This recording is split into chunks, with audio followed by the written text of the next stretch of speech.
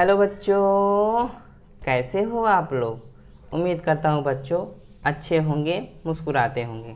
बच्चों सबसे पहले आप सभी को a very good morning, a very good evening, a very good night, जब भी आप हमारा वीडियो देख रहे हों। बच्चों आज हम लोगों का एक नया सफ़र स्टार्ट होने वाला है और वह सफ़र स्टार्ट होगा रीजनिंग के साथ। और बच्चों यह आपका खूबसूरत सा चैनल है CND और इस चैनल पर स्टार्ट होने वाला है अपना रीजनिंग। बच्चों यह जो रीजनिंग सब्जेक्ट है, किसी भी कॉम्पिटिटिव एग्ज़ाम में आपको मैक्सिमम 25 क्वेश्चन पूछे जाते हैं। बच्चों यह 25 क्वेश्चन किसी किसी कॉम्पिटिटिव एग्ज़ाम में आपको 25 नंबर दिलाते हैं और किसी किसी कॉम्पिटिटिव एग्ज़ाम में आपको 50 नंबर दिलाते हैं।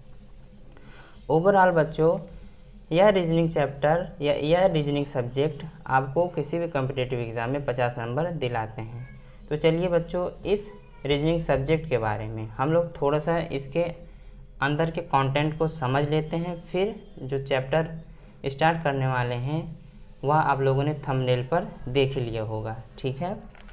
तो देखिए बच्चों यह जो रीजनिंग चैप्टर है अपना, ये 3 पार्ट में डिवाइड है। यानी जो पहला पार्ट है अपना वो है वर्बल, दूसरा है नॉन वर्बल और तीसरा है लॉजिकल, इसी को एनालिटिकल, यानी ये दोनों टॉपिक इसी में आते हैं।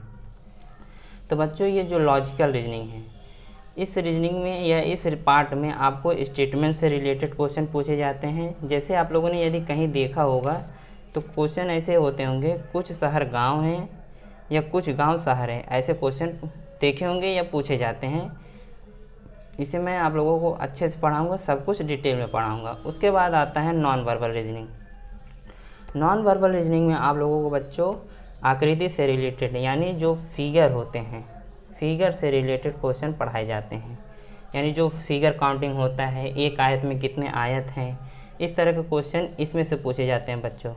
उसके बाद आता है अपना verbal reasoning, most important topic verbal reasoning, जो किसी भी कॉम्पिटिटिव एग्ज़ाम में आपको मैक्सिमम नंबर इस टॉपिक से पूछे जाते हैं या दिलाते हैं, ठीक है। अब इसमें देखिए आपको कौन कौन से कॉन्सेप्ट पढ़ने हैं। कुछ घड़ी पढ़ना है, कैलेंडर पढ़ने हैं, पासा पढ़ना है, दिशा परीक्षण, ब्लड रिलेशन, कोडिंग डिकोडिंग, ऐसे बहुत से, सीटिंग मैनेजमेंट, यानी इस टॉपिक में बहुत ऐसे कॉन्सेप्ट हैं जो आपको पढ़ने हैं। और ओवरऑल बच्चों मैक्सिमम क्वेश्चन इस वर्बल रीजनिंग से आते हैं। तो बच्चों आज का जो चैप्टर स्टार्ट होने वाला है वो अपने वर्बल रीजनिंग से स्टार्ट होने वाला है। तो वो चैप्टर होने वाला है अपना डाइस, ठीक है। तो चलिए आप लोग हेडिंग डाल लीजिए जो चैप्टर हम लोग पढ़ने वाले हैं, और वो नया चैप्टर है अपना डाइस। बच्चों आप लोगों से रिक्वेस्ट है, यदि आप लोग वीडियो देख रहे हैं तो कॉपी पेन ज़रूर लेकर बैठें, जिससे जो कुछ भी आपको समझाया जाए आराम से आप उसे नोट डाउन करें, अपने कॉपी पेन में उतारें, जिससे आपको अच्छे से और आसानी से समझ में आएगा, ठीक है। तो देखिए बच्चों हम लोग वर्बल रीजनिंग का आज हम लोग पहला चैप्टर पढ़ने वाले हैं, वो है अपना डाइस। बच्चों डाइस को हिंदी में कहते हैं पासा। आप लोग बच्चे जब छोटे होंगे तो एक लूडो खेलते होंगे। लूडो में जो एक छोटी सी वस्तु होती है, हम लोगों के यहाँ लैंग्वेज है उसे लोग शायद गोटी बोलते हैं, तो वही उसी को बच्चों बोलते हैं पासा, ठीक है। तो ये जो पासा है बच्चों, इसे हम लोग अच्छे से समझने के लिए इसके बारे में थोड़ा सा इसकी परिभाषा समझ लेते हैं। तो आप लोग परिभाषा लिखिए, इस पासे के बारे में लिखिए ऐसी त्रिआयामी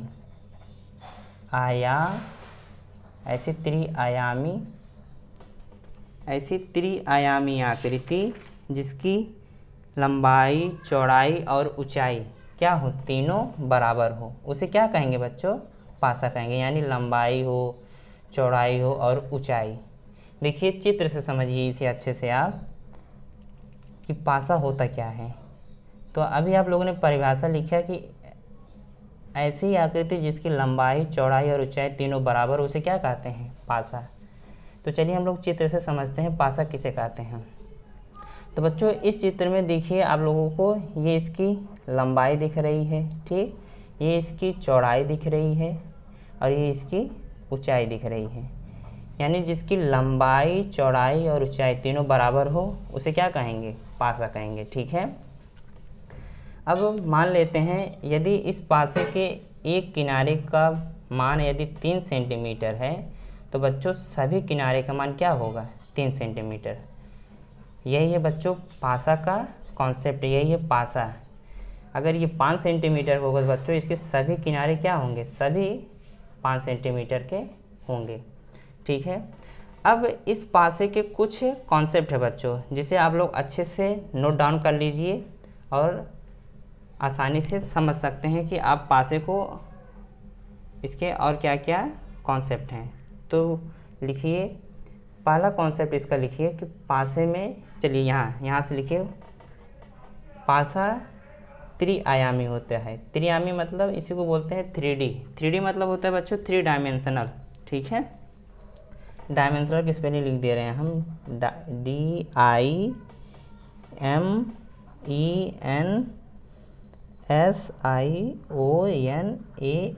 डायमेंशनल। ठीक है बच्चों, 3 डायमेंशनल। बच्चों थोड़ी राइटिंग अच्छी नहीं होगी क्योंकि बड़ा बड़ा लिख रहे हैं, छोटा सा लिखेंगे तो अच्छे से आप लोगों को दिखेगा। तो 3 डायमेंशनल जो पासा होता है बच्चों वो त्रिआयामी होते हैं, यानी इसमें 3 दिशाएं होती हैं बच्चों। ये देखिए एक्स, वाई और जेड। ठीक है, X axis, Y axis, Z axis. आप लोगों ने विज्ञान में यदि पढ़ा होगा तो ठीक है, नहीं तो मैं आप लोगों को समझा देता हूँ। देखिए बच्चों, इसमें ये देखिए एक्स एक्सिस, ये वाई एक्सिस और ये जेड एक्सिस। ठीक है, यानी इसमें 3 दिशाएं होती हैं। ठीक है, पहला कॉन्सेप्ट हुआ पासा 3D होता है। उसके बाद दूसरा कॉन्सेप्ट लिखिए, पासे में टोटल 6 फलक होते हैं बच्चों। क्या होते हैं? 6 फलक। चलिए लिखिए, 6 फलक होते हैं। इसी को बोलते हैं सतह, फलक को बोलते हैं सतह। ठीक, या इसी को अंग्रेजी में बोलते हैं।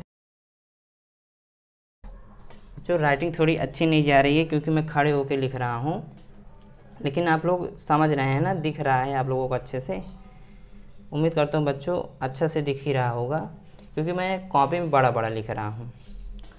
तो देखिए बच्चों, इसमें कितने पासे में टोटल 6 सतह होती हैं। देखिए यहाँ पर आप लोग, ये जो अपना पासा है, ध्यान से देखिएगा, इसमें टोटल 6 सतहें होती हैं। ये देखिए, समझिए आप लोग, 1 2 3 4, ये नीचे वाला 5 और ये 6। 4 बच्चों ये पीछे वाला है। ठीक है, तो पासे में कितने फलक होते हैं? 6 फलक होते हैं। इसी को बच्चों सतह भी बोलते हैं, इसी को वो सरफेस भी बोलते हैं। ठीक है, अब अगला पॉइंट नोट करिए। कितना पॉइंट हुआ आप लोगों का? 1 पॉइंट, 2 पॉइंट। अब तीसरा पॉइंट नोट करिए कि किसी भी फलक यानी किसी भी पासे में आपके 3 फलक दिखाई देते हैं बच्चों और 3 फलक नहीं दिखाई देते हैं। अब आप कहेंगे ये कौन सी बात है? तो देखिए, आप लोग डाइस यदि ये पासा हाथ में रख के देखेंगे तो सामने से केवल 1 2 और 3 फलक ही दिखाई देंगे और 3 फलक जो पीछे हैं छुपे हुए वो नहीं दिखाई देंगे। जैसे 4 आपको नहीं दिखाई देगा, 6 नहीं दिखाई देगा, 5 नहीं दिखाई देगा। तो यानी पासे को जब आप नॉर्मल हाथ में रखेंगे या आप कॉपी में भी दिखाएंगे, बनाएंगे, तो आपको केवल 3 फलक दिखाई देंगे, 3 फलक दिखाई नहीं देंगे। ठीक है, अब अगला पॉइंट लिखिए जी। अब ये जो चौथा पॉइंट है और 5वां पॉइंट है, ये बच्चों आप लोगों का इम्पॉर्टेंट है, अच्छे समझिएगा आप इसे। ठीक है, तो लिखिए, किसी भी पासे के, आप लोग लिखते चलिए, किसी भी पासे के सतह को मुख्यतः 2 भागों में बांटा गया है। पहला होता है पड़ोसी सतह और दूसरा होता है विपरीत सतह। इस कॉन्सेप्ट को बच्चों आप लोग लिखिए। अब देखिए, पड़ोसी सतह कौन सी होती है और विपरीत सतह कौन सी होती है, आइए इसे समझते हैं। ठीक है, तो सबसे पहले मान लीजिए यही पास है। ठीक है बच्चों, तो पड़ोसी सतह के बारे में आप लोग ऐसे नोट डाउन करिए, इसके बारे में थोड़ा सा अंदर लिखिए। पड़ोसी सतह वह होती हैं जो आपस में जुड़ी हुई होती हैं। ठीक है, जो आपस में सतहें जुड़ी हुई होती हैं। विपरीत सतह कौन सी होती हैं? जो एक दूसरे से अलग अलग होती हैं, ठीक है। या फिर इसे दूसरे तरीके से समझिए कि ये एक दूसरे के आमने सामने होती है, आमने सामने होती है, ठीक है। अब इसे हम चित्र के माध्यम से आपको समझाते हैं पड़ोसी सतह कैसे होती है, विपरीत सतह कैसे होती है, ठीक है। ये जो पड़ोसी सतह है, जैसे मान लेते हैं मैं 1 नंबर ये सतह है बच्चों, इस 1 नंबर सतह की पड़ोसी सतह कौन कौन सी होंगी, तो मैंने आपको लिखा है कि पड़ोसी सतह वह होती है जो आपस में जुड़ी हुई होती हैं। तो 1 का यदि मैं आपसे पूछूं पड़ोसी सतह कौन सा है, तो आप लोग क्या बताएंगे, जो एक दूसरे से आपस में जुड़ी हुई होंगी। तो 1 से कौन जुड़ा है, ये 3 और 2, फिर इसके नीचे जो है ये 5 और ये 4, यानी 1 से कौन कौन जुड़ा है, देखिए 3 जुड़ा है, 2 जुड़ा है, नीचे वाला 5 जुड़ा है और ये 4 जुड़ा है। यानी आपस में जो जुड़ी हुई होती हैं वो पड़ोसी सतह होती हैं। और ये पड़ोसी सतह किसकी हैं, सब 1 नंबर वाली सतह की, ठीक। अब इसकी पूछें यदि विपरीत सतह कौन सी होगी, तो जो एक दूसरे से अलग होंगी या एक दूसरे के आमने सामने होंगी। जैसे बच्चों देखो यहाँ पर 1 के आमने सामने कौन है, ये 6, तो इसका विपरीत सतह क्या हो गया, 6। समझिए बच्चों, 1 इस साइड है, 6 इस साइड है, तो ये एक दूसरे के आमने सामने हुई ना, अलग अलग हुई, तो ये विपरीत सतह हो गई, ठीक है। अब जैसे मैं पूछता हूँ 3 का बताइए, 3 का क्या होगा, तो अब देखते हैं 3 का पड़ोसी सतह क्या है, जो एक दूसरे से आपस में जुड़ी हुई है। तो देखिए 3 से कौन जुड़ा है, 1, 2 और फिर इधर 6 और ये इधर पीछे 4।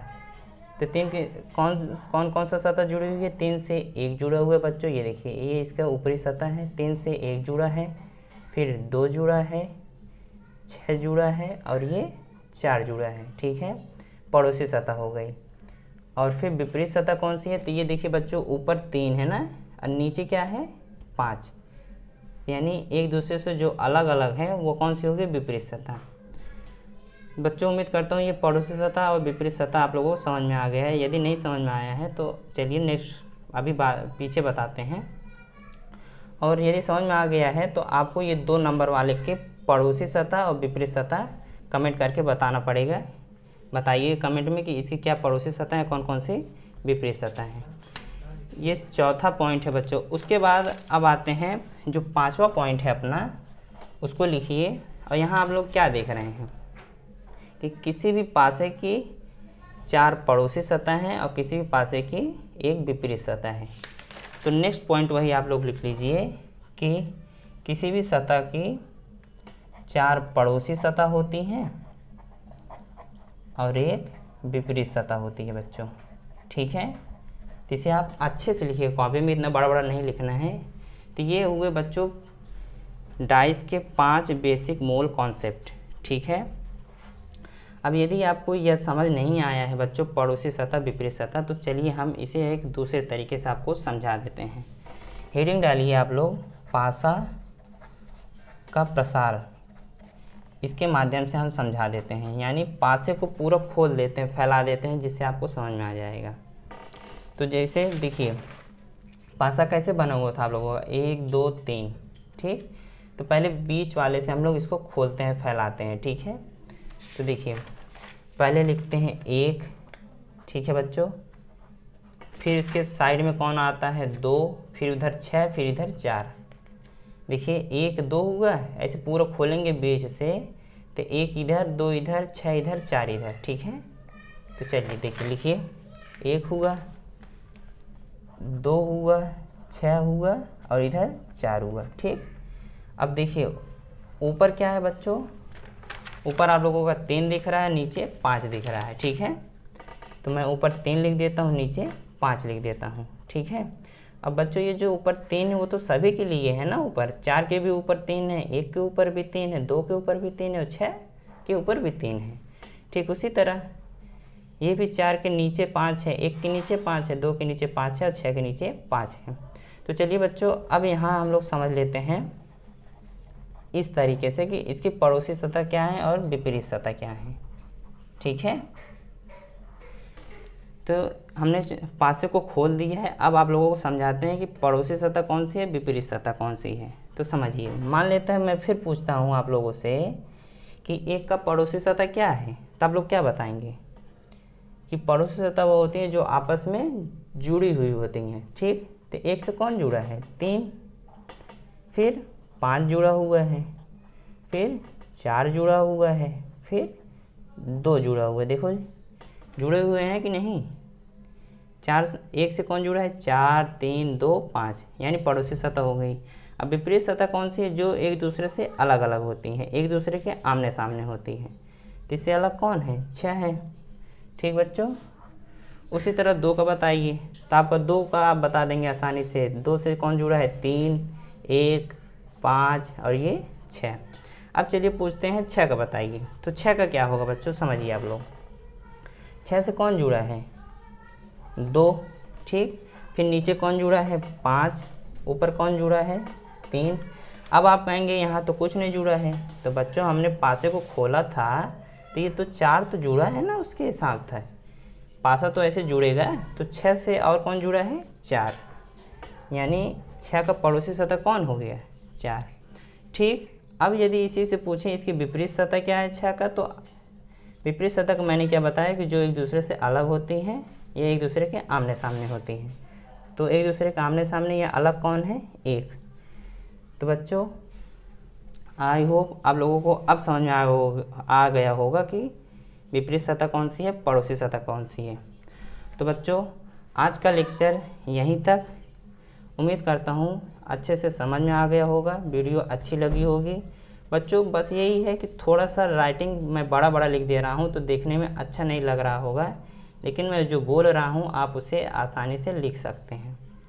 तो बच्चों उम्मीद करते हैं वीडियो अच्छी लगी होगी और ऐसे ही आप पढ़ाई करते रहिएगा। आज के लिए इतना ही। All the very best.